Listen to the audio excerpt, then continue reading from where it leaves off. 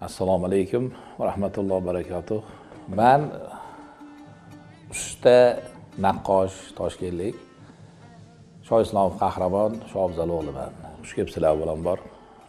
Bizani Toshkent shahridagi Abulqosim madrasamizga bu dargoh san'at dargohi 1992-yilda kelgan bo'lsam 30 yil bo'libdi. Ustozim Akrom akam bilan birinchi shu hunarga mehr berib, ko'nglimga bir muhabbat uyg'otgan shu kasbga shu ustozim Akrom akam bo'ladilar.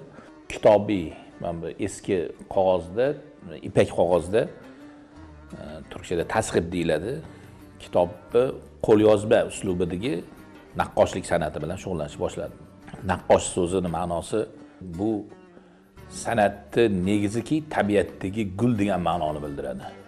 Ishlagan har bitta ishimizda ustani qo'li, ustani ruhi, ustani qanaqa bir rang ko'rishi, dunyo qarashlarini o'qiy bila olasiz.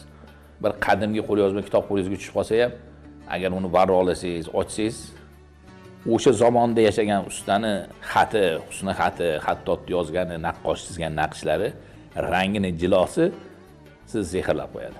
Ustoz shogird maktabini bir yaqqol namoyandasi bu Jasurbek Qo'chqorov hozir bir yetuk o'zi usta bo'lib yaxshi davomchilarimizdan biri.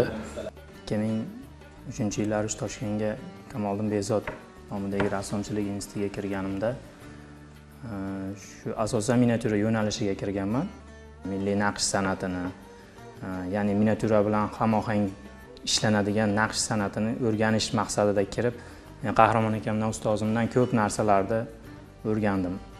2010-yildan buyon o'sha ishlab kelyapman. 10 tadan 30-40 taga yaqin shogirdlar chiqardim. Endi ularning aytayotgan uslub o'ziga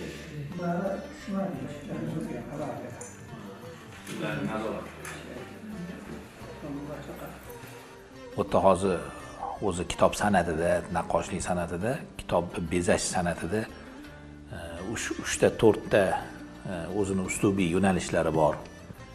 Shams, zarvarroq, unvon, shumustuytl degan o'zi bezak nomlari bor kitobda shug'ullanadi chizilganda. Bu yerda mana shams degan so'z bu ota bobolarimizdan qo'llanma shunaqa bo'lganki, quyosh degan ma'noni bildiradi shams so'zi. Men Omonov Kochib 30 yildan beri shu naqqoshlik san'ati bilan shug'ullanib kelyapman. Ustozimiz Vladimir Sergeyevich shu ustozdan o'rganganman shu san'at. Men sizlarga hozir shu naqqoshlik san'atini ish jarayonini ko'rsataman.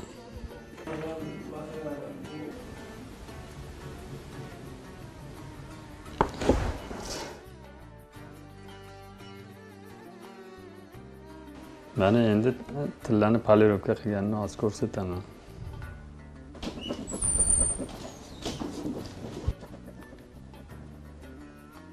Keyin bu tillalarning chetidan qora rang bilan o'rab chiqilinadi.